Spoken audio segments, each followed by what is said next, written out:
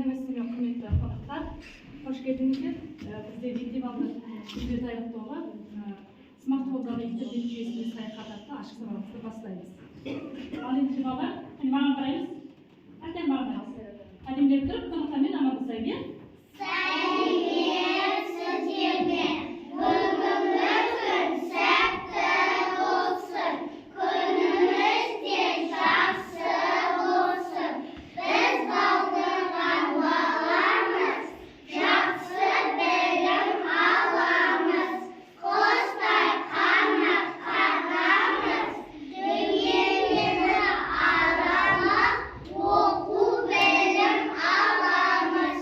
Жарайсыздар жақсы балалар.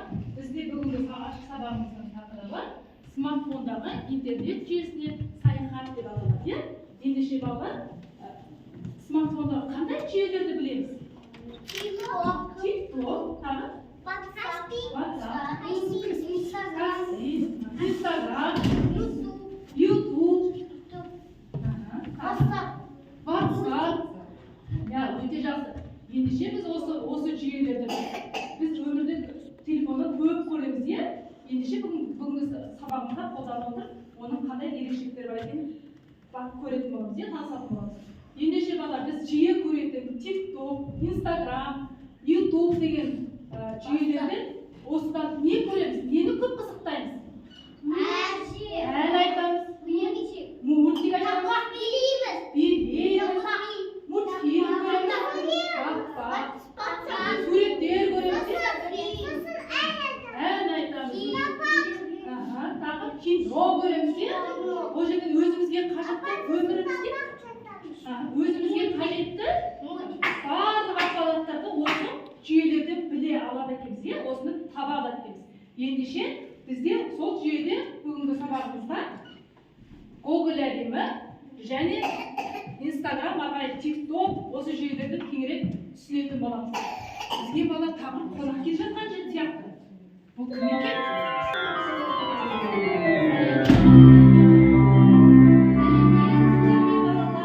Мен дым білмеспін, мен әріп білмеймін, сандарды білмеймін. Ана маған планшет берді, бірінші сыныпқа барасың дейді. Осыдан Алисадан бәрін үйреніп ал дейді. Бірақ мен дым білмеймін, Алисамен пайдалану білмеймін. Сендер маған көмектесесіңдер ме? Әрине, қош келдіңіз. Кім білмес, біздің бала барлығын біледі, біздің бала мектепке дайын. Олар қалай оқуды да, жазуды да барлығын біледі. Саған үйрену керек екен. Ендеше біз көмекке Алисаны шақырайық. Қазір мен Алисаға звондайын, келеді. Сәлем балалар. Менің атым Алиса. Сіздерге қандай көмек керек? Сәлем Алиса, қош келдің. Бізге көмек керек. Біз интернет жүйесіне саяхатқа барайық дегенбіз. Бізге және кім білместе көмек сұрап келіп отыр. Сондықтан бізбен бірге интернет жүйесін көрсете аласың ба? Жақсы, ендеше біз бірге барып алайынбыз ба? Жақсы, ендеше жарайсыңдар. Ендеше біз бірінші мына жерде тұрған үлкен Google әлеміне келдік. Google әлемінде мына жерде сендерге құпия тосын сый бар екен. Яғни сол тосын сыйда не бар екен? Ең бірінші оның талаптары бар екен. Сұрақтарға жауап бересіңдер. Егер сұрақтарға жауап берсеңдер, осы сиқырлы кнопка арқылы ашылады, және ішіндегі қандай сыйлық жасалғанын көретін боламыз. Және ме балалар? Жақсы. Ендеше балалар, кәнекей сұрақтарға дайынбыз ба? Жақсы. Ендеше балалар, бірнеше сұрақтар қоямын. Бір кезекте қол көтеріп жауап береміз. Қазақ тілінде қанша әріп бар?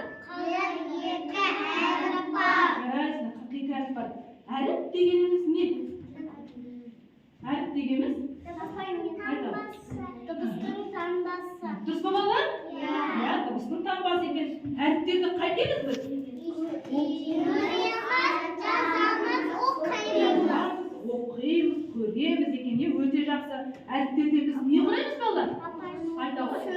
Сөз құраймыз. Сөзден не құраймыз? Сөйлем құраймыз. Өте жақсы. Жарайсыңдар балалар. Ендеше біз сиқырлы кнопкамызды ашайық.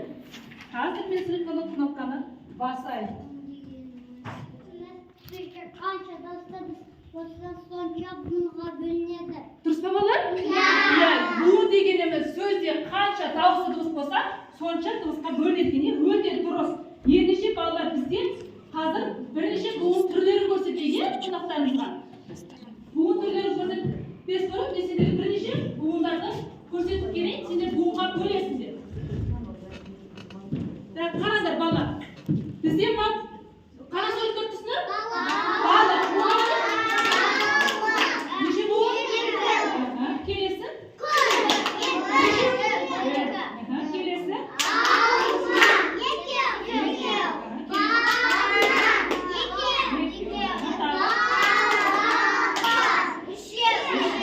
Өте жақсы.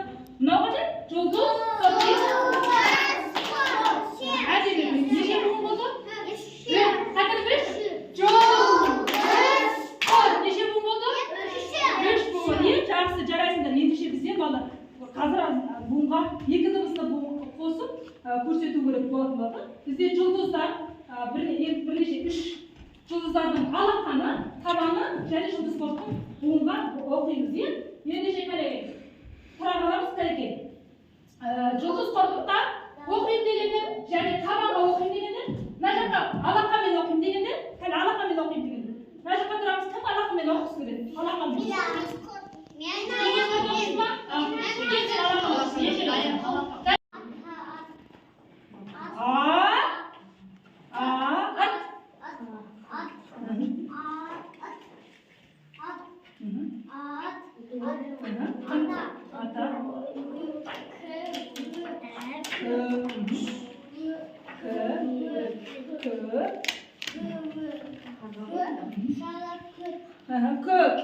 Sarı kocaman.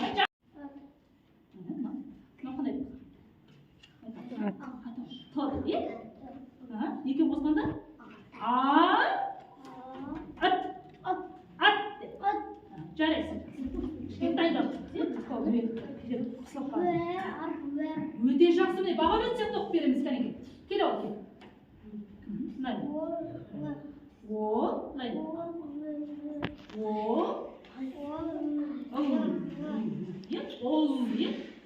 Айда. Кішкене. Жақсы. Қане асылма. Тамам? Қане?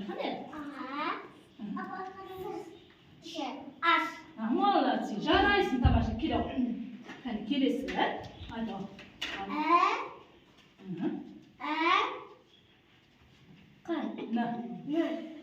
Екеуі? Жақсы жарайсыңдар. Жақсы апайға береміз. Келесі. Жарайсың.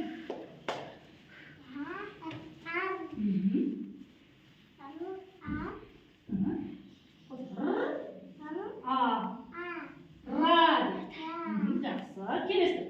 Искандер оқиды.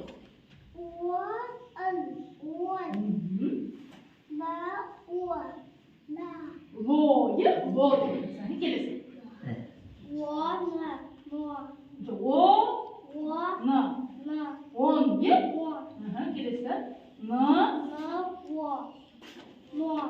Жақсы, жарайды.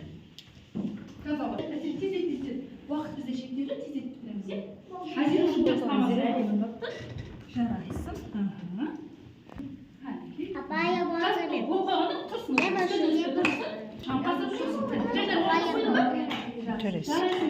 өте тамаша. Менің қолымда кубик тұр. Ол кубикті лақтырап, бір нүкте түссе, бір-ақ рет жүреміз. Түсінікті ме? Міне, мынадан бастаймыз. Түсінікті ме? Егер бір түссе, бірінші нүктелерін аласыңдар.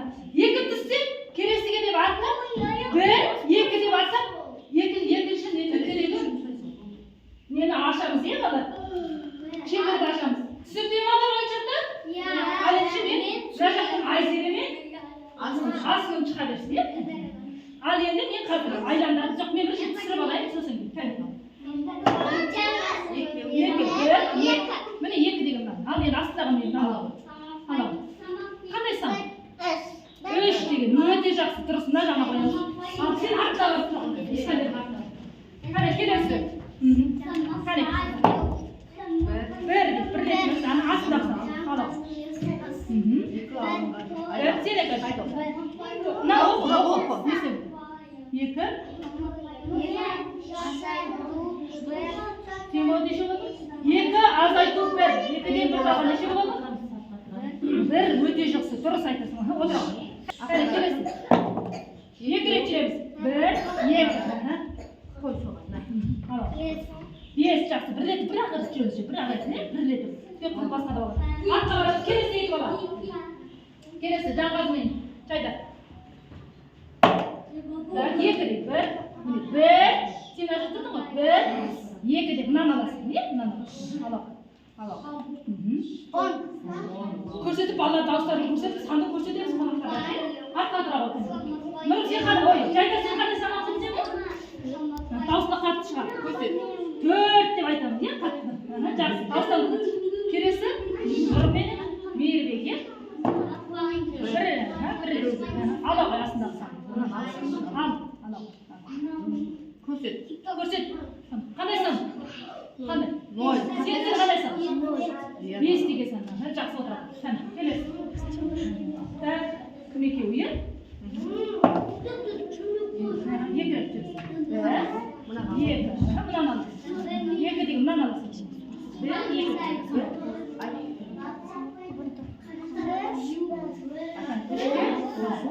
Үшке бірді қос. Неше болды? Үш қосу бір. Өте жақсы. Яғни бірде бір қосу нөл дейді. Даусымыз қатты шығарайық. Даусымды қатты шығарайық.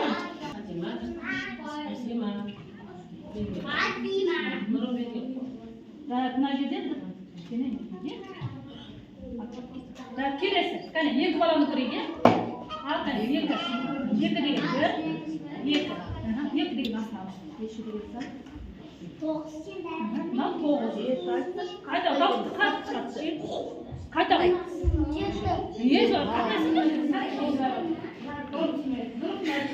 Мына артықтарын алып тастаймыз балалар.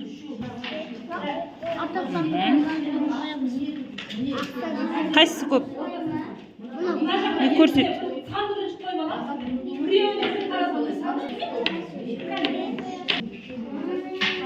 Жарайсың, Жайдар.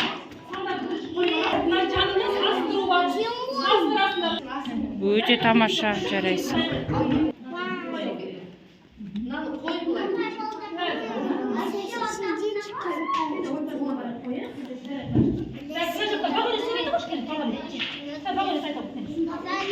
Орнымыздан тұрамыз.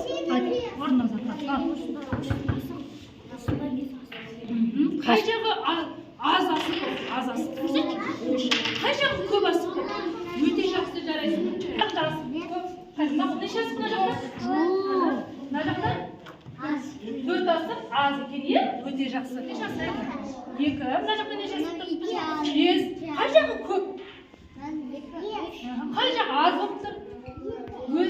Өте жақсы жарайсың. Мына жақта неше асып? Мына жақта 4 асып. Қайсысы жеңіл, қайсысы ауыр болып тұр? Иә, айтамыз 4-3 асығымыз жеңіл. 4 асығымыз мына жақ қандай? Айта, өзін айта қойшы. Ауыр, е? Дұрыс. Дәрі қайта қой. Қандай есі асықтар тұмасын? Мына жақта неше асық? 5. Ар жақта неше асық? 4 асық. Қане, неше? Қай асық ауыр? Қай жақ ауыр болып тұрсам? 5 асық ауыр, е? Жақсы. Ал келесі асық. Асық айта қой. Неше? Мына жақта неше асық асық? Мына жақта бір қай жақ ауыр болып тұр? 2 асық көп, ауыр болып тұр. Нұрым айта қой. Нұрым, сен де.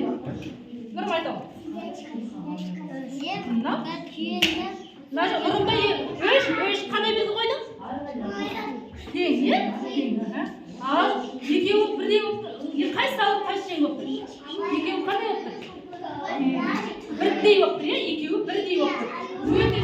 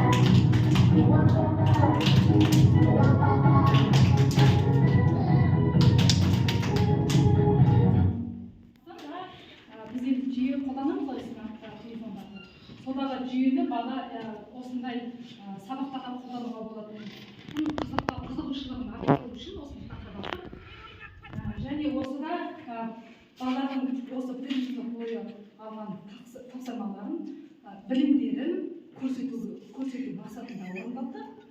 Мен өз мақсатым бойынша барлық балалар келесінде бізде буындарда балалар буынға бөлді және сол буындарды жұлдыз топталды. Жұлдыз топтың үш түрлі қалай екі дыбысты біз қазір бірақ үш дыбыспен оқымаймыз. Қазір балалар әріптерді біледі, дауысты ажыратады және екі дыбысты қосуды үйренеді. Соны көрсетті бұл. Үш түрлі, сіз өздеріңіз көргендей үш түрлі әдісті көрсеттік, әдістерді. Келесінде сергіту болды. Сергіту балалар өте көңілді орындады деп ойлаймын. Телеграммада дидактикалық ойын. Ол жерде бәйге ойнайды. Балалар санды ажыратып оқи ала ма деген. Соны көрсету үшін алдым. Балалар сандардың барлығын оқып шықты. Оның үшін есептер болды. 2-ден 1 ал, 3-ден 2 ал деген сияқты есептер болды. Оның барлығына жауап берді деп ойлаймын.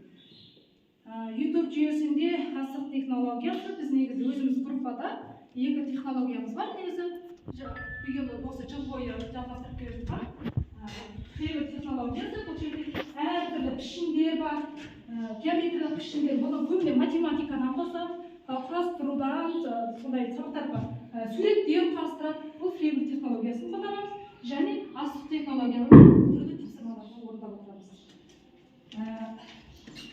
Барлық тапсырмалар менің ойымша барлығы орындап шықты, орындалды. Өз мақсатыма жеттім.